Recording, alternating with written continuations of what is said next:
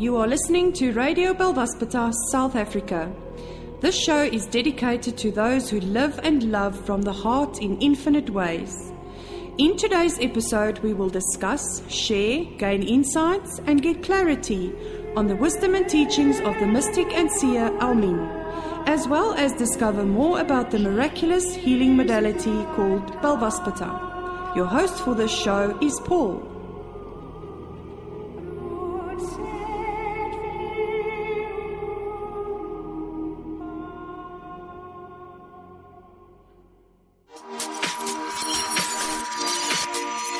The shattering of the glass.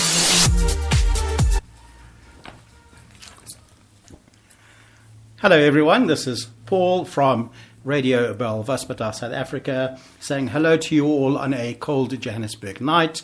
Thank you for joining us. Tonight's show's title is called Streetsigns and Flowing Boundlessness. On Lightworkers, the seer Almin tells us about emptying the cup.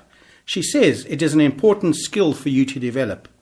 It can make a significant difference between a life of graceful change and one of uncomfortable, forced change. That's really where we're going tonight, looking at the difference between what has been going on within all of us since Almin has given us that webinar and living on this limitless state of being in the state of boundlessness, and then also in the reality of the processes of letting go of that which no longer serves us. And Diane and I have been discussing this in great detail today, and we've got a lot to share with you. Hi, Diane. Hi, Paul. Hi, listeners. So good to be with you again. It's nice to have you on the show, Diane, and we've been building up, I think, to this show between you and me for some time now, because we have got some audios from you over the last few weeks, which have, for me, been very, very profound, and I've enjoyed the content of a great deal as you have been sharing what it is that you've been discovering. Well, you know what, Paul? What helps for me to see clarity is to write it down. I'm also a visual thinker, so I love to draw what I see, and then speaking it. Even as a little girl, I used to learn my notes for school and say them and write them and draw them. So it's wonderful if you've got some clarity and insight, because that's how I get clarity and insight. Well, we were just saying before we came on air tonight that it's amazing how one as an individual processor, I'm going to use that word, you're visual. I am creative in certain ways, but how you use that visual process then to gain the insights that you need. But I perhaps have a different way, but I also gain my insights. And now we were just saying as the perception and the insights that we gain, as we add them together, they become something far more than what they were before they were individual to each one of us. Well, Paul, I think that's quite astounding, because you bring a perspective, I bring a perspective, our listeners hear and bring perspective, and what is that but an alchemical formula? Really incredible just to think just how sharing can create something very much more expansive for everyone to sit and experience. It just really shows you that life is inclusive, that the moment we become exclusive, we cut out, we close doors, and we prevent that alchemical change, that crucible in which the change occurs will never then ever have an opportunity if we are exclusive rather than inclusive. I think that's just an incredible point to understand. And tonight's show as well, just for our listeners, we have some short audio clips from obviously the seer Almin, but we also have some clips from other teachers in the world around us that talk about this natural flow and stepping into creating it, and really how to let go of that which no longer serves us. And we've been discussing this a long time, I think, for many weeks now on our radio show here, Radio Boundlessness, South Africa. And the process there is literally everyone just sharing with me then after the show, a lot of comments about this is what I've done, this is what I've done, this is what I've done. But just to watch the Light family around the world and their content that they add in their own individual right just brings a whole new dynamic for me all the time. I suppose there is the gift that there is this amazing oneness, but there is also the simultaneous individuality and uniqueness So there is no separateness. There is always this one beautiful blending, and how we all learn and grow from it. That's it, and I think to be able to also utilize the power of those perceptions and those insights also stops us being separate from everyone, and lets us shows that we are, although incredibly unique within ourselves, we are all on a path of unfolding new life, new way of being. Every moment, and that's part of our show tonight, is not hanging on to that which is nostalgic and sweet and comforting. Every new moment presents new opportunities, new potential, and I think that is for me a most amazing gift. Well, yeah, I think the word gift for me was also important because, I mean, we've just come back from a few days breakaway in Belito, which is on our KwaZulu-Natal coast for our listeners who are perhaps in the northern hemisphere. It's on the east coast of South Africa in an absolutely incredibly beautiful location. And we just rested and just chilled out and let things flow and did what we had to do. And then this morning before we left, there were whales in the bay. And immediately I thought, wow, this is a huge mammal or being. And then I know that Darshana, for example, had posted that beautiful picture of the elephant, or was it Denise? I can't remember. Somebody had posted the picture of that elephant following its keeper. Yes. And a small little discussion followed about memories. And that linked up with the mantra of the week about, looking at our memories and all of that. So where we're at tonight in the show is fascinating for me because we need to discover and gain some insights how to release that which no longer serves us and not harp on it, but literally let ourselves step into a trusted state where this boundlessness can then come into play. I love the idea of the way our environment sort of has its own kind of street signal. So you saw the whales, which we talked about before the show, and how they are synonymous with new creative beginnings. And then Denise or Darshana posted the elephant sort of in the background fading away as its keeper walks ahead in glowing robes of yellow. And we've also talked about alligators and crocodiles and how they are sort of representative of traps that are set by others and our own traps which we set ourselves and the way we sabotage ourselves. So, yeah, I think the environment also sets its own little signals for us to take note of. And I think when we're ready to learn, we will learn and not see it as a reality that needs to belong to us any longer. And I know you've been through a massive process on a work level, that you've been learning a lot about this particular process, and you were just sharing with me beforehand how you've recognized it for what it is, and you've also recognized for yourself right now where it is that you need to go. And this was preceded by a dream that you had about alligators or crocodiles? Yes. I had this dream about alligators and couldn't really put it into context. But in fact, tonight, as we were talking about it, and we were talking about, traps that are laid by others and by ourselves. And this process which I experienced, myself and another co-worker, was really a damning and a horrific experience. Perhaps it was the ego that was damaged because we were literally whiplashed. However, the outcome was that the message was that perhaps this is now time not to linger any longer at this place that we have been at, a literal place, but time to maybe move on, that this is no longer a place that we would want to spend time at. And that it served its purpose, as you were saying earlier, and when something served its purpose, something has to change as well, because if you no longer need to learn something, then why would you still continue to learn the same lessons? Exactly. And I've said this for my own self, my own life, is, if things keep repeating, it's because you're allowing it. You're not making the shifts and changes.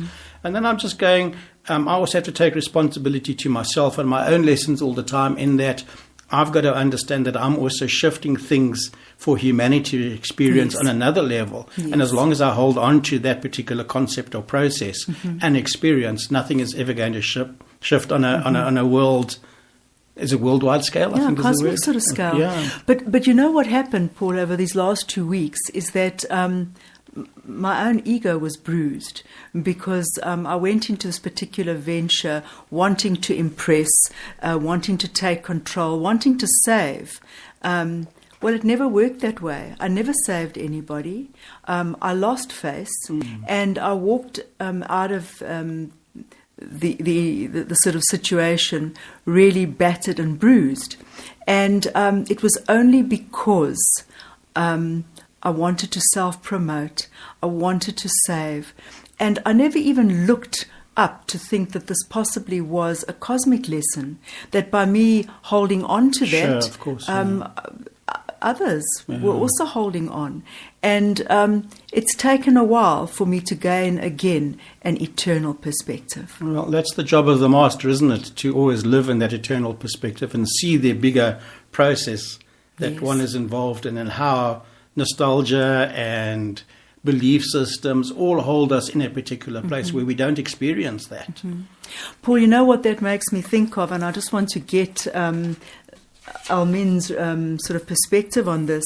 She posted something called how she was spending her time in her new fragrance saw that. How alchemy shop. exciting, yes. And she talks about the principles of an enlightened life. And the one that really spoke to me was about authenticity. And I'm going to read it now for our listeners. Perhaps they haven't heard it. She writes this down, and she says, authenticity can only be present when self-promotion has been abolished. And that really spoke to me, because how often do we self-promote, even at a lingering, subtle kind of feel? There's an agenda comes in there Yes. sometimes, definitely. Even when you think it's not there, it's hiding. And authenticity attracts the support of the universe in articulating the intent of our hearts. And in this particular experience, I was not articulating very well at all, because I think there was the self-promoting, which was part of it. And I was partly ashamed of it. And yet it did move, and it did shatter an illusion. And now I can look back and think, aha, that was the place that in it retrospect, had. we can Yes. do that. And that's what I was saying as we started the show, of learning how to empty the cup is a skill, of actually letting all of that go. And Almin says here, it can make a significant difference between a life of graceful change and one of uncomfortable, forced change. And there you've had decisions you've had to make. So nothing wasted, just something had to be learnt and let go of. You know, let's listen now to Almin's short audio on how masters can live in the world, because she talks about some of these processes. Yes. And this is back in 2013, I think, this particular audio track. So Yes. still relevant for us. Let's listen to this.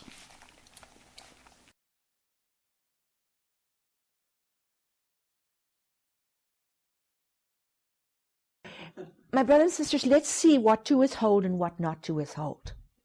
What to withhold? Your presence, information they cannot handle. It's not charitable or compassionate to give people more than they can handle. They short circuit. I had somebody in my last pod that had to keep running out and sticking his head in the snow. At the end, there was a short circuiting. Okay, because they walked in no uncertain terms and said, basically, didn't want anything further to do with my work.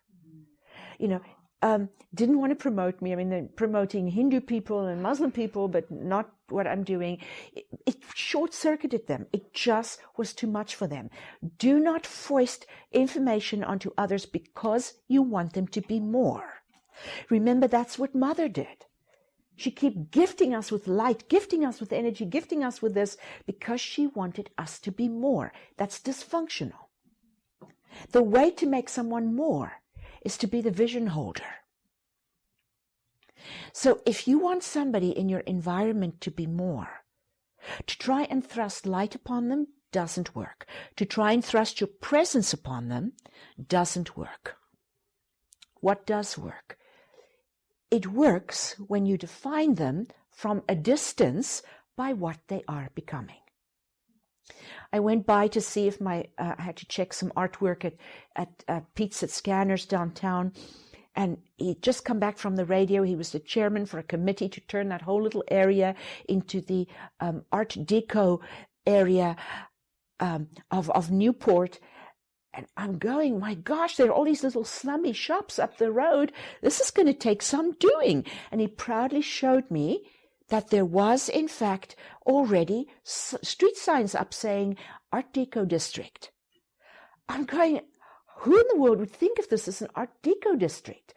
They're defining it by what it's becoming. They have a vision. They've already got the street sign up to fan that vision into being. So even though it's slummy, yes, but it's going to be an Art Deco district if they have any say about it. My brothers and sisters, as the vision holder, you need perspective. To have perspective, you need distance. This is really, really important. Now, where you're not appreciated, this is very important. Let's say you're not giving light and stuff inappropriately, but let's say you're helping somebody out with cash, or you're spending all this time,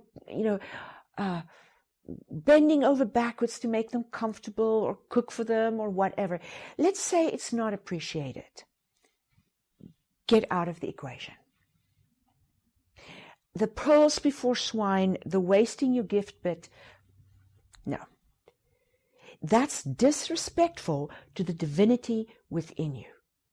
If someone cannot see you properly, my brothers and sisters, there's no point in trying to reveal yourself to them, because people only see what they want to see. If there is somebody truly desiring to see you, again, revealing yourself to that person is of no use, because they can only see you from the level that they are. How can anyone have your full glory when you are millions of times more light than people out there at the end of this week? That's why your heads are pounding and your tummies are running. I mean, at the beginning of the week, we had to get things out of there to fill it in. So when you leave here, the fields will have transfigured. You're then truly mother's pillars on earth, and fathers, because they're a unit. So my brothers and sisters, you don't need to give gifts where people can't see the beauty that you are.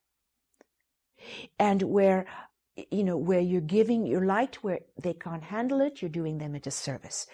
What can you give? The vision. From a distance, you can see them the way they are becoming. You can pay particular attention to any part of them that is praiseworthy. My brothers and sisters, we have to see the Art Deco district, even if there are still slummy shops.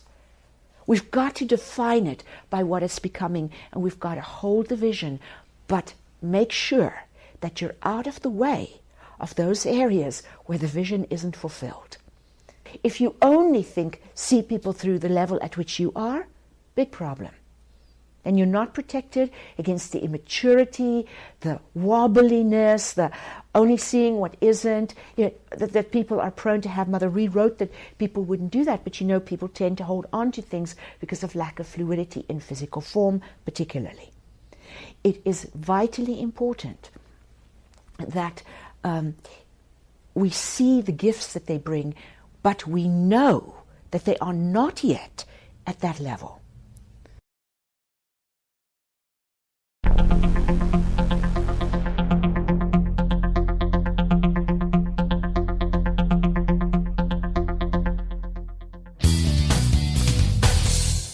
And there we had the mystic and seer Almeen giving us a class way back when. Actually, I thought it was 2013, but I've just researched it's 2009. But how relevant is that for each one of us? Please let us have your comments. And I think when Almeen talks about emptying the body, we're emptying the cup in different ways there as well. I still go through these huge dissolving moments, let's put it this way, where my body is just releasing so much old. Yeah. I don't know, I don't know how to phrase it anymore, but I think last week's story about me ending up in the toilet between the masculine and the feminine, this has been an ongoing process. And yeah, we definitely are dissolving and purifying so much. But I love that comment about compassion that Almin makes. It makes me think of the Buddhist comment about, idiot compassion. And, don't feed yourself to the first hungry tiger that comes away because tomorrow is hungry again. and that's really true. And I was also just, I jotted down before the class that simply doing what is needed is true compassion. Yeah, beautiful. And it has nothing really to do with... giving what we think is timeous, because often people cannot deal with the gift that they are given. Not. And they're not ready for whatever. If they were, they would be changing it themselves and doing what they need to do. Exactly. So I think we need to understand that depth of compassion and rephrase it for our own well-being. Yes. I nearly said good, but I'd rather use the word well-being. Absolutely. I mean, how often do we give? And it's really only got to do with our own ego. I know I often sit with this process when there's things going on around me of what it is that I should allow to continue because I feel it could be a lesson for me. Yes. Or do I just end something because it's no time? And that's something I'm having to work on consistently. Yeah, Paul, I think that's what many of us feel, what to allow and what to, allow to run, and what is good sense and what will benefit, inner well-being, and not just for ourselves, but for everyone involved. Well, let's look at what's just been coming up on Almin Diary, and the title of it is Erasing Nostalgia and Focusing Trust on Evolving Life. And I think that answers for us what the decisions need to be made for the self. The discussion below illuminates a more recent diary post about purifying and releasing memories, and especially in this particular post pertaining to ancient Egypt, and see the post Purifying the Past with Fragrance Alchemy, which is where what Almin, we spoke about earlier with Almin's new fragrance alchemy shop, and the setup of the principles that are coming through there. Love to see that shop. The ideas look really amazing. So the question is, what is the purpose this serves for the individual? Almin answers, and again, quite a process, amazing. The memories of a time when the original ones did great miracles create a nostalgia and also guilt that somehow this is no longer the case. It feels like a fall from grace. But those were different times when there was very little separation from infinite will. They were in the same stage as an infant to its mother. If the same abilities to wield power over the environment would happen today, it would be black magic based on individual desires. The original ones are no longer in a state of dependency, but working through stages of interdependency into eventual absolute oneness through empathic, telepathic receptivity with Source and its creations. We must erase the nostalgia of what once was and trust and focus on the craftsmanship which evolution is developing. And when I was reading this earlier, I thought about the post that Darshana had put up on our WhatsApp group about the inner child trying to get together with the masculine and feminine having an argument, and how the inner child is the one who's trying to actually get that connection going together. And absolutely incredible. But you can see how that itself is just the craftsmanship of the work that we have to do as well, of leaving behind these old belief systems and living in something completely new. And I was thinking about Nika and I today. What we've done is we've sold both our cars and we bought a new one, which is completely different because it's like a van, a panel van that we're driving. And it's absolutely wonderful to drive in. And I'm just going, well, how did this happen? Of course, it happened because, we made it happen. But it's like this, why don't we just do something like other people do? And so this serves a bigger purpose, but absolutely incredible driving this panel van everywhere, and no longer in a small car. Everybody that's in the car is way in the back, and nobody's all jam-packed, and there's just a space to be Isn't that amazing? Sprawl out. So that was like one of my thoughts that was going on there. But Paul, you talked about nostalgic memories and how you can wallow in that, and how it calls you back, and of course it's the death knell, because it provides you with comfort and solace, and you can roll around in your self-pity there. But the problem is you keep rolling around there. You will stagnate there in that comfort. There's nothing to push you beyond that. That was the thought I had about the whales this morning, because I'm looking at this ocean and you see wave after beautiful wave after beautiful, and none of those waves are identical. Every single time the wave comes, it's there, and I'm going, well, I don't, we are land beings as the human form, the physical form, but these whales just roll around in the ocean quite at home, just wallowing in whatever they need to do and spouting up high. But again, they're in this thing that is ever-changing, but always the same. Yes. And that's the paradox. So what you're saying there, it's what I saw this morning. That's the dance, this paradoxical dance. Really incredible. Yes. And when I look at the aspect of the whales, and I look at, the dream you had, or the crocodile and the alligator, and the setting of the pitfalls that we all experience and go through. And I'm watching those agendas around me with people and just seeing the pitfalls that they try to set for my belief systems into quite happily wallow and get stuck into, and then, have to actually extract myself through whatever work that I'm doing. And it's just that I'm working on that quick realization now, and just realize, hang on a second, this is where I'm going to go, stop. So before you fall into it, And yes, there's a slight improvement. I always love the comment about the main sort of focus of any light worker is the battle against illusion, and that it really sounds grand and grandiose, but actually to implement it in every minute of your life, you have to be vigilant, and then also one doesn't want to become obsessive, because that defies any kind of trust or surrendered life.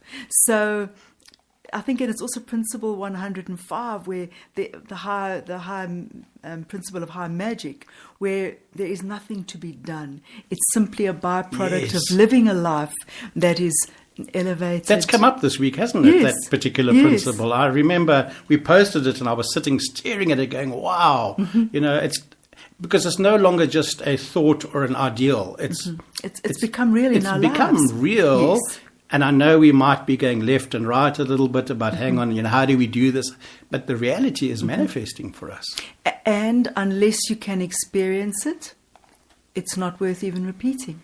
So if we can experience that we don't become obsessive, that we can just allow, I think that's part of being surrendered in the moment. Because if every moment is new, then we cannot, for example, look at the wave that you saw today, take a snapshot of it, and use that information 20 years from now. It's irrelevant. Absolutely. Everything's changed. Yeah.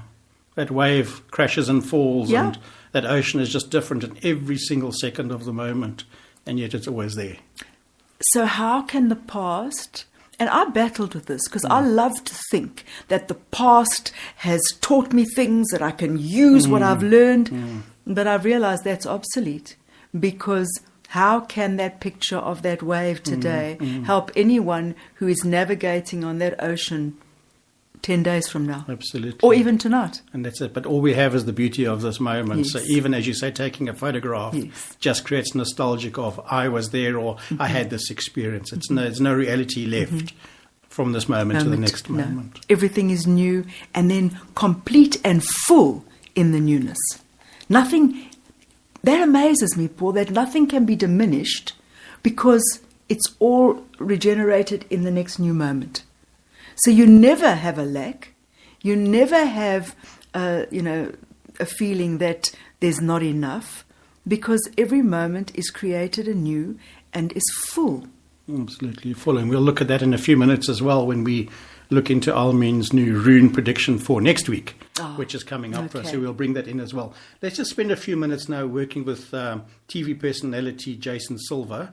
And we've played some of his what's called shots of awe on the show before. Wonderful. And just his concept and his perception of sharing how to work with us. And he's really talking about how to hack into your flow state. Sure. And very interesting just to share with everybody is that we've had our emails hacked and we've had one of our websites hacked this week. A very interesting process in terms of they're all hosted by different companies around the world. It's not all the same company that's hosting all our things. We kind of know how this is happening and where it's coming from, but it's these hidden agendas that are coming in all the time, just trying to stop because that's what they do. And just interesting to watch the response within the self. And it has just been for me, this is interesting. Observing. Okay, so moving on now. Let's do something, different and bring some change into that. And not tap into the drama of it. And waste your energy. That's it. It's again one of those pitfalls of those hidden agendas. It's the crocodile ready to snap, and you get all self-righteous and proud about the fact that somebody's trying to do this to you, blah blah blah. And I've had none of that, so I'm enjoying that process. Wonderful. But we still have to undo all of it. But yes, it will as it's going along. Everything is in perfection. So let's listen to Jason Silver as he talks about hacking your flow state. Wonderful.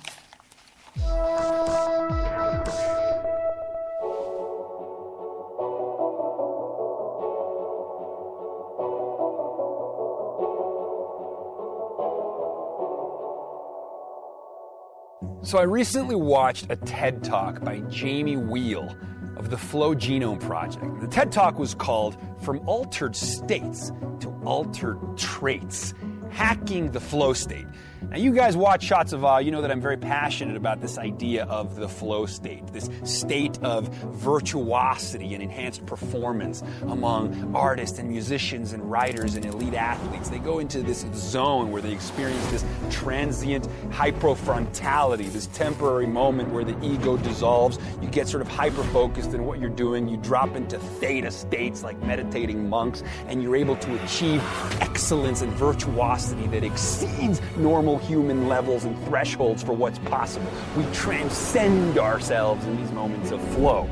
And Jamie Wheal, who co-founded the Flow Genome Project with Stephen Kotler, talks about it in this TED Talk, where he says a lot of us know these flow states, but our self-systems are like these colanders. We're like this colander full of holes. And no matter how much flow we pour into it, we're always bleeding from this, this bucket full of holes. And so we achieve these temporary flow states, but then Monday, we're back to where we were. As he says, it's easier than ever to get high. It's as hard as it's always been to stay that way. But then the idea of hacking flow means, what if we could transform this colander into a chalice? What if we could render ourselves whole? Or as Jamie says, render ourselves holy? What becomes possible with just one drop beyond that flow? What becomes possible with the rest? I mean, it's a wonderful idea. Most of us, Jamie says, are still stuck as like bliss junkies. We get stuck on the state without raising the stage. But now, insights into the neurophysiology of the brain, the neurochemistry of the brain, we can actually hack flow. We can hack nirvana. We can experience design and induce and design our cities and our social systems with positive self-reinforcing feedback loops that teach flow, to make flow an innate, natural emergence. This is what becomes possible. And then, who knows, right? As Stephen Kotler says in the book, The Rise of Superman, who knows what becomes possible? We become superhumans. And it's just, it's an awesome idea. And it's up to us to make it happen.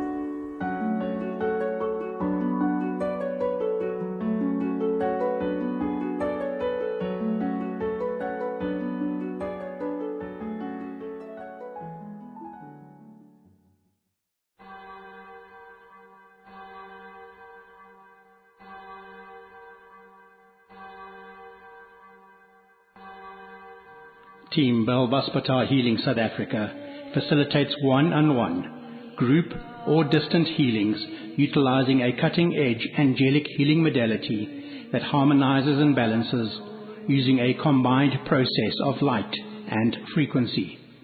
This cosmic healing modality has various protocols available that will assist in the transformation, transmutation and transfiguration of many areas of life. Visit our website on www.belvaspita.co.za for complete information, and also link to us on Facebook under our name, Team Belvaspita Healing South Africa. You may also send an email to belvaspita@anua.co.za. You can join our WhatsApp discussion group for daily posts and trending information and updates from Almin, the Seer and Mystic. Message us via either Facebook, email, or on the station's commentary section. We will now return to the online chat show, hosted by Team Belvaspita South Africa and our guests for the day.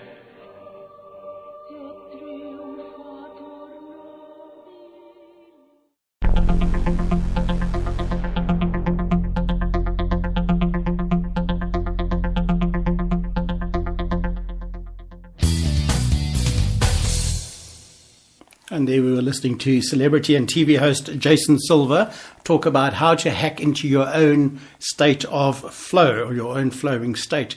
And I love the way, Diane, there, that he really just takes us beyond all of these ordinary things that humans are trying to achieve into something completely different. Well, Paul, he talks about enhanced zones and the ego dissolving and virtuosity. And we've all experienced those moments, but it's to live a life of sustained moments that we seem to fall short. And Almin talks about this field of hope, this field of glad expectation, and how establishing that kind of hope and that kind of field makes all the difference to the way we live. It's a kind of boundlessness that we will live in. It activates the high heart. The 12 ordinary meridians are activated to their higher potential, as are the 8 extraordinary meridians. So that kind of expectation, or that kind of field of hope that he talks about, establishing that kind of field, blows limitations out of the water. There's just absolute boundlessness and limitlessness. I think that webinar has really brought so much difference to the light bringers of the world, who are working with these incredible teachings of the Seer Almin, in that they are seeing the shifts within themselves and what is achievable, even if they're coming from a state of perhaps limited perspective. But how we are all actually stepping into those realities now, and leaving behind all these old processes, and big steps, I think, for many of us. But Paul, for me, often I run headlong into these ceremonies and these learnings, not really realizing, in ignorance, maybe a kind of innocence, bordering on ignorance, and then only in hindsight realizing the huge shifts and gifts that were given.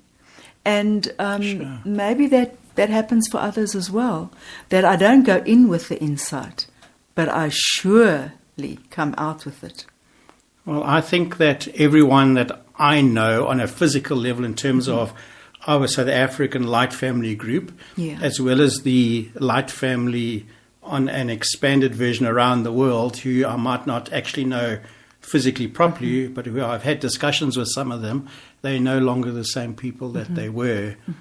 And I was just telling you earlier how some people are no longer the little church mouse, and they are these incredibly profound teachers, blossoming in this genius of sharing whatever this moment and the teaching is.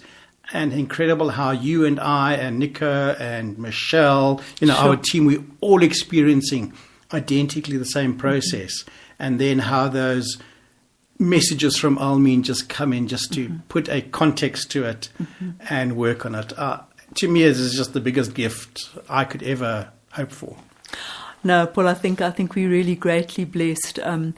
But, since the Boundlessness webinar, I was sharing with you earlier that I felt quite ill physically, been rolling around under the mantle of depression, and really battling with that. And obviously during the Boundlessness ceremony, portals are open to allow for toxins to evaporate, dissolve.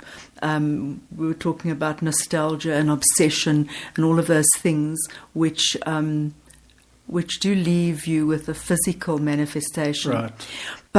But you know what I've been really looking at, and that is this crystalline form. And I stumbled on it quite by chance, because Almin, in her webinar, she talks about, just listen to this, everybody, just listen to this. She talks about, and this is in the webinar, a change of perception of our body. Earlier, we thought that the body was a tool which the infinite had gifted us, and we seem to realize that it was a vehicle for enlightenment, for consciousness. And the question that was posed during this webinar was, what is our new body going to be like beyond time and space when we enter this white light reality?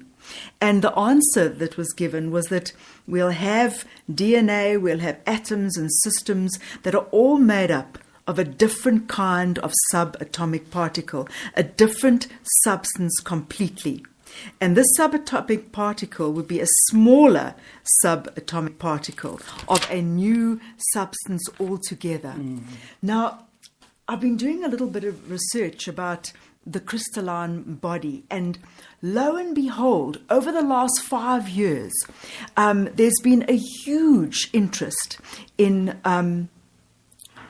carbon-12, which is the basic building blocks of our body. It's made up of carbon, of oxygen, of nitrogen, of hydrogen, but basically of carbon-12. Now, carbon-12 ties man to physicality. It ties us to our physical universe. Now, carbon-12 is made up of 6 protons, 6 neutrons, and 6 electrons, which go spinning, around that. And of course, that made me think of the 666 and the number of man that is mentioned in Revelations. Now, it seems that substance has changed. Now, first of all, we know that carbon is one of the main elements in making up our DNA. Now, lo and behold, there's been this huge investigation into a substance now, which this carbon-12 seems to be changing, seems to be sort of transmuting into something called carbon-7. Now, carbon-7 has never existed before. And that's made up of 6 protons, 6 electrons, but only 1 neutron.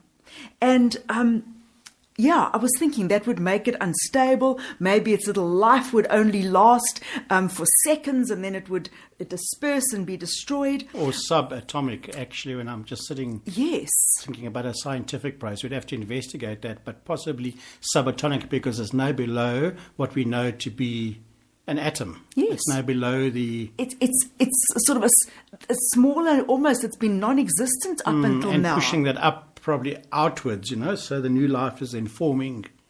Well, I am thinking that possibly, because what happens is the sun has been expelling sort of a kind of solar flare, and these little solar flares are called neutrinos. Now, Elmin's talked about neutrinos. Right, yeah. I don't know if she's spoken about it in the same scientific terms, but it seems like this energy, which is coming from the sun, is changing the way the DNA is composed. And also dissolving radioactivity. I think that's what she said. That was a good month or two ago. I remember that. So, Paul, I'm thinking that this white light reality, these crystals that she speaks of, is possibly part of this carbon-7. Now, this is just hypothetical at the moment. Scientists are experimenting, but that just is astounding for me, because if that carbon-12, which ties us to physicality, is now being transmuted into this carbon-7, and I was talking to Nick about this before we came into studio, and his eyes lit up. Now, he's the musician in this family, and besides being technical, and he was saying, aha, but hang on, C7 is the highest vibratory state. Very few, the minority of musicians never even speak of that C7, because it is just too high. And he mentioned some singer, which I now cannot remember. Please, Nick, come in. So we're just bringing Nico in from the sound desk. Because, Nick, just tell us about this vibratory state, and only sort of a handful of singers have ever achieved this. Well, on a keyboard, you were saying earlier that C7 is not shown on any keyboard. Because if you work from middle C and you calculate from one C to another C is normally what we call an octave. Yes. So if you work 7 octaves up from middle C, it's C7, and you will never actually get that note on a keyboard or a piano because it is too high. And the only artist that ever could hold that note, her name was Calimera, if I remember correct. And she was quite an amazing woman, because every time she sang that note, a glass would shatter. Her microphones, halfway through her show, they have to change microphones. Sure. Because it doesn't even last. Because she shatters the crystals inside the microphone, which are transmitters. Yes, and the C7 is also known as the crystal note. So it is the highest vibration note that can be found. Okay. Now, listeners, that's just astounding for me. Incredible, yeah. We've come from a carbon base to a note that is there, but has not yet been able to be played or... So I'm thinking that if everything is connected, that this C7 is about to be, or possibly has already been sort of filtered through. And if Almin is talking about this white body, this crystal body, the substance, the subatomic particle, which has never existed before, I wonder if they are not one and the same. Absolutely. Has to be a connection there. Yeah. Yeah. Oh, that's a great bit of insight for us too. Very exciting. I mean... Creation anew, really, literally. Absolutely. And Paul, if it affects the DNA... I was thinking we've been talking about a dual strand DNA, and that is also physical. Mm-hmm. And I was thinking the dual strand, I was thinking duality, yin and yang, whereas the triple stranded DNA, it no longer deals in duality.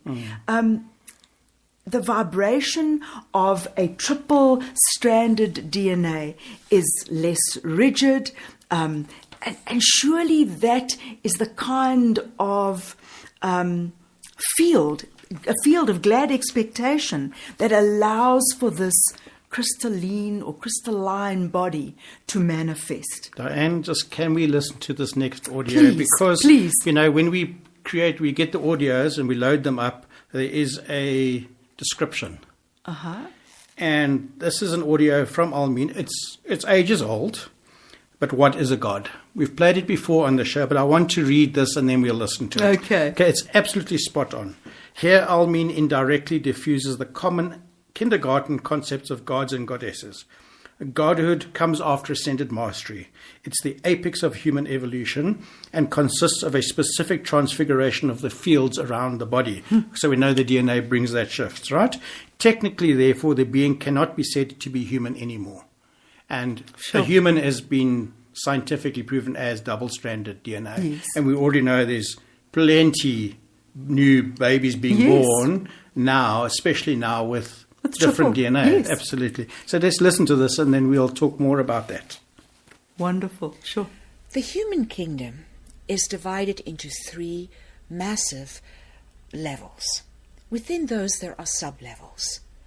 But in fact, there is identity consciousness.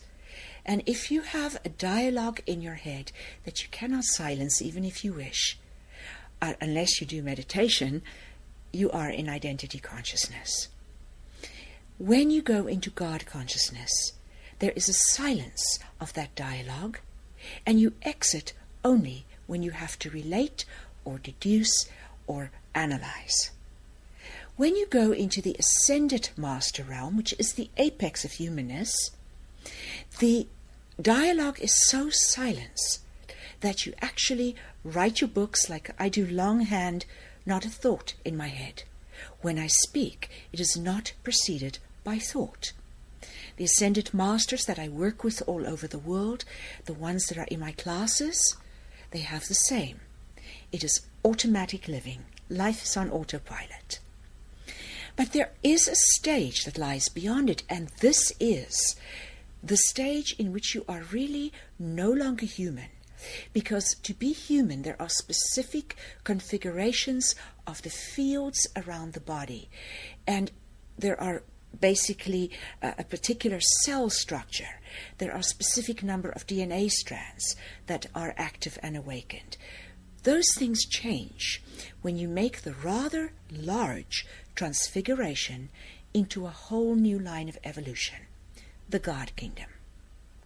For instance, the configuration of the fields that define a human versus a God has various bodies around the physical body, and they generally have a specific distance from one another. In God consciousness, you find that the emotional bodies transfigure.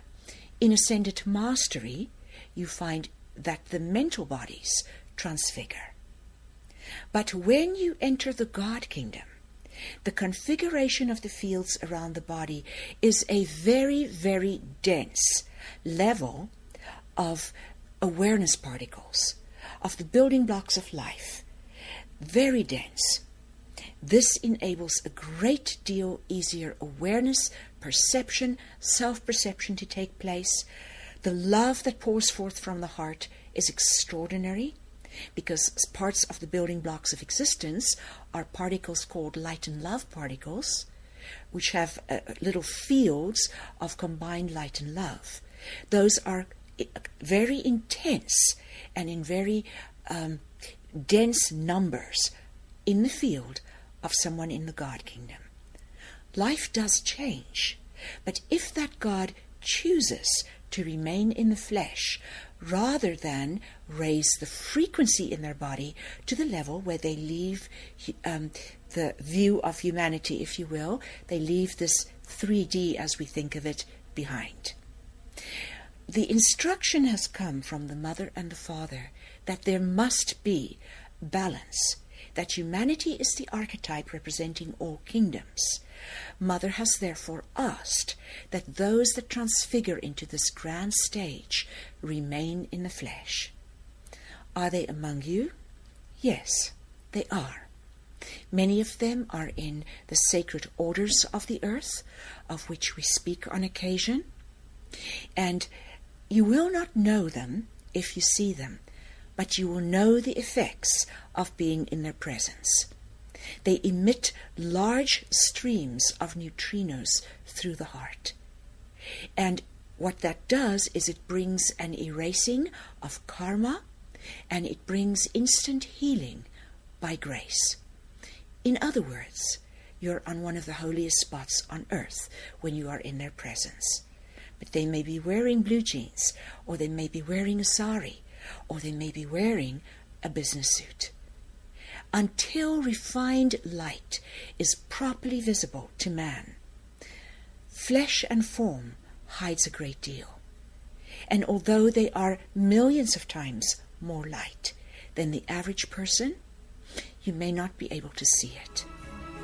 And so they are among us. And is it available to everyone? Absolutely. Every one of the books that I have written is dedicated to setting man free from the fishbowl in which he or she has found themselves. Thank you for joining us.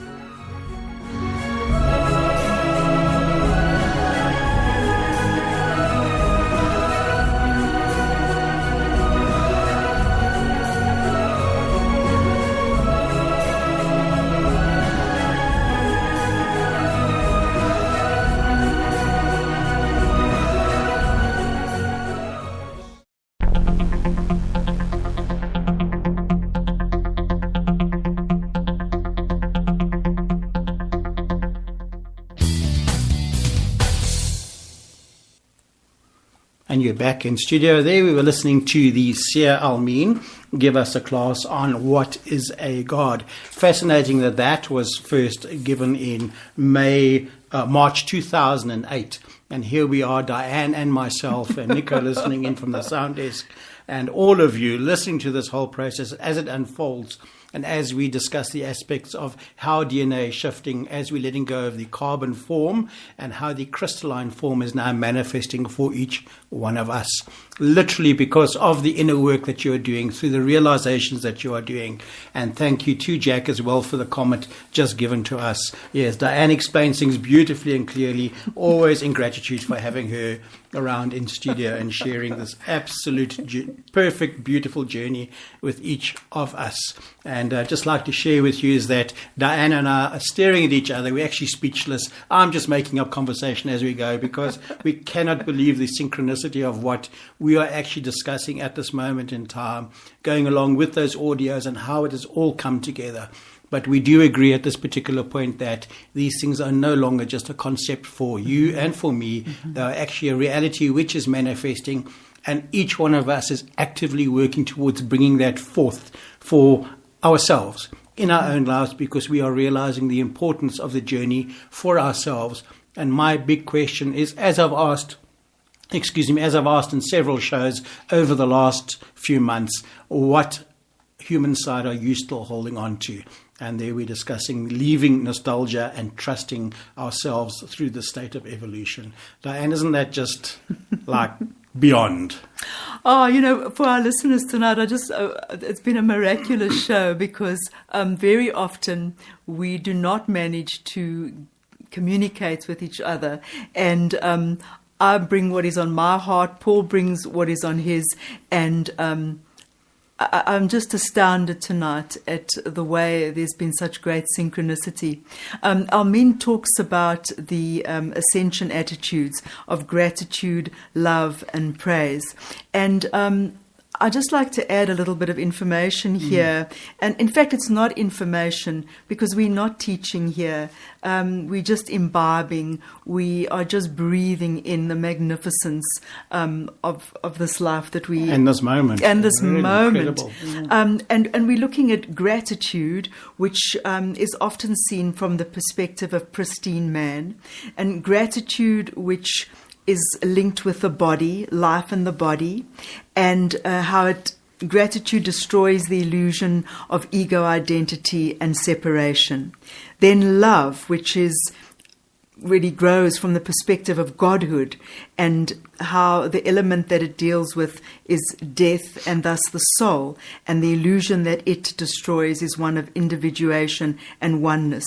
And then praise, which comes from the perspective of super godhood, and how gratitude is life, love is death, praise is ascension, and how that deals with the spirit, and how that shatters the illusion of embodiment and integrated oneness. And if we can live these three, not alternatively as has been the case, but master all three of them simultaneously, then our divinity can be expressed in to greater depths. So much so that we can become the actual points of cosmic life, and that affects the DNA of all life forms. So we're back again to this miraculous DNA of godhood. I'm staring into space, and so if there's dead air time, listeners, I do apologize, but the profoundness of of this moment is just sitting with me in my heart, and I see Diane as well, and she's got some tears in her eyes as we just realize now that we've got some insight together tonight that has changed us. Yes. And I'm appreciating that a great deal, because sometimes we do get a bit wrapped up in everything else, and we are learning to let go of that and focus on what is necessary, which is really that which is going on within, and what it is that we can do to just manifest a higher reality for ourselves all the time. And there's been a lot of that particular work going on. So, Diane, that's just incredible. Paul, for the very first time, I've actually seen and glimpsed our godhood. I've always rolled around in in humanity, and yes, our bodies are the temple, our bodies are incredible vehicles, but for the first time ever, I've glimpsed this Godhood. That's what I feel. We know that it's manifesting. It is something that we can grasp, the process of it. Yet, yes, for me, I still hold on to lots of things that I don't realize I'm holding on to, and it takes me a while to realize that and to learn that lesson. I think your experience, what you were sharing earlier, is exactly the same, and probably for all of our listeners. But it's that incredibly profound realization of who we are as the original one, as being able to create a state of evolution where we can live in Godhood, which is not the end. It's a journey. And how it is unfolding for each one of us in our day-to-day lives. I mean, we're not who we were. And today we're not going to be who we are tomorrow. And I think we've given ourselves permission to allow those things to unfold. And an unfold is just another word for experience. That unless we know it and experience it ourselves, it is of no consequence. It's got to be experienced. Then we can speak of it. For the first time, and that is just now, this moment, I have a glimpse of our Godhood. It's incredible. Wow, thank you for sharing that so beautifully here on the show. I just wanted to share with everybody as well that Darshana sent a beautiful picture as she did last week, and it's called Life is a Gift. It's up on Instagram right now. Wonderful. And the Belvaspatar Healing South Africa Instagram's page. And we're really talking about actually accepting the fact that life is a gift. And I think for Diane and I tonight, we're going to leave the studio here just with different eyes and a softer heart. And I really wish that all our listeners can experience that with us. It's not always easy for me to see outside of the studio, but I realize how our radio show is actually, spreading around the world with so many different listeners in so many different countries, and how if they can just have this moment that we have together, have just profound, I don't know what the word is because I haven't got words for it. But good. Thank you, Diane, for all of that. I'm just thinking we don't have words for it in the same way as carbon-7 is this sort of never existed before.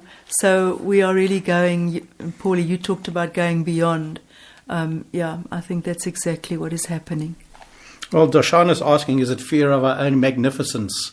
And I think that goes back to that ancient quote that has been brought up by Madiba many years ago when he was talking about that aspect. Somebody else's writing that he spoke about then. But I think it's not fear of magnificence. I think it's an unknowingness or just so wrapped up in belief systems and programs we don't realize how magnificent we actually all are, and work with it. And this spiritual unfolding, this experiential unfolding of evolution for me is just, I don't know. I don't have words, and I apologize to everybody, but I'm not really apologizing because everybody will really understand. But let's look now at Almin's weekly prediction, which is coming up. And we ought to get it 4 or 5 days before it's actually due. But I thought it's so important for us to look at it tonight because it's called Release the Obsessive Desire for Increase. So we'll post this up on the WhatsApp group in the next few days. But it's from July the 10th to the 16th. And Almin talks about the rune 8.22. She says this is a pivotal time to stem the overpopulation of the future on Earth. 7 billion people. Interesting. Yes. Okay. This is an assignment that the sacred government has been asked to do. Excess population, excess activity, and complexity all come from an attitude we have mistakenly overvalued as praiseworthy. It is the obsessive desire for increase, augmentation, and ambition to achieve and create more. This week we are asked to release the belief that we are always searching for more, that this is to be admired, and instead realize that putting down roots and cultivating an aware appreciation for what we have is required to balance the winged flight of our lives. Let us see how best to bloom where we're planted, with praise and gratitude for what we have. Let us turn present circumstances into a graceful expression of excellence. Isn't that incredible? Sure. Just so says where we're at, and again, these predictions are just absolutely fascinating. And then Deva Priya, thank you for posting your post today on the Cosmic Dancer. It says, if you're really listening, if you're awake to the poignant beauty of the world, your heart breaks regularly. In fact, your heart is made to break. Its purpose is to burst open again and again so that it can hold ever more wonders. And that was written by the author and spiritual teacher Andrew Harvey. So that's our show for today. We have just gone slightly over an hour. We have a piece of music just to celebrate the wonder of Africa. Very, very old bit of music by the artist Vicky Sampson called African Dream. And I'd like to share that with everyone in South Africa, just in celebration of the fact I was at the coast and, well, I'm back here. But all in a day's work, absolutely incredible to be able to do this, and also to have these incredible God beings around me, such as Diane and Nika and Michelle, and everybody just living in their absolute glory. And thank you, everyone, for sharing on the show with your comments. Darshana and Jack tonight, thank you for that. And to all our listeners around the world, north and south, we are in oneness. We're just walking our journey in our own individual ways as it unfolds. So let's listen to My African Dream. And just to say to Diane, thank you very much for joining us. Thank you to you, Paul, and good night to our listeners. Goodbye, everybody. Love, praise, gratitude, and trust.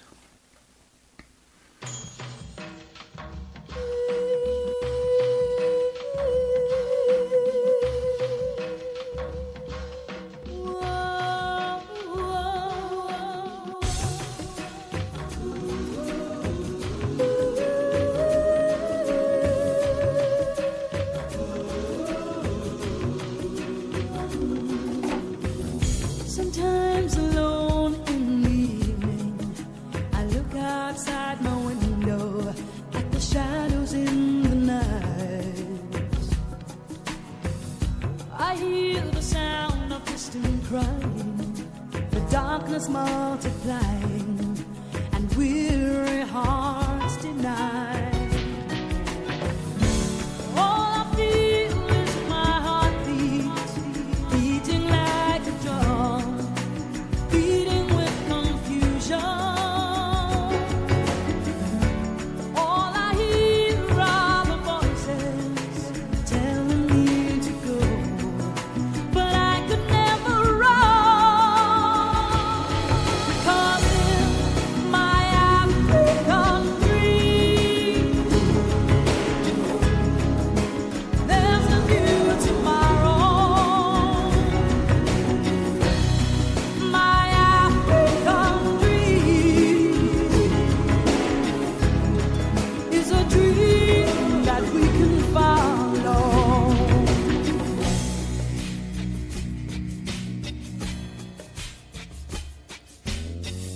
Now when the night begins to fall, I listen for your call, I listen for your heartbeat. Alone my dream is just a dream, another false illusion, a shadow in the night. All I want is for our hearts to be beating just as one, to silence the confusion. Then the pain and the illusion will disappear again, and we will never run. 'Cause in my African dream, there's a new tomorrow.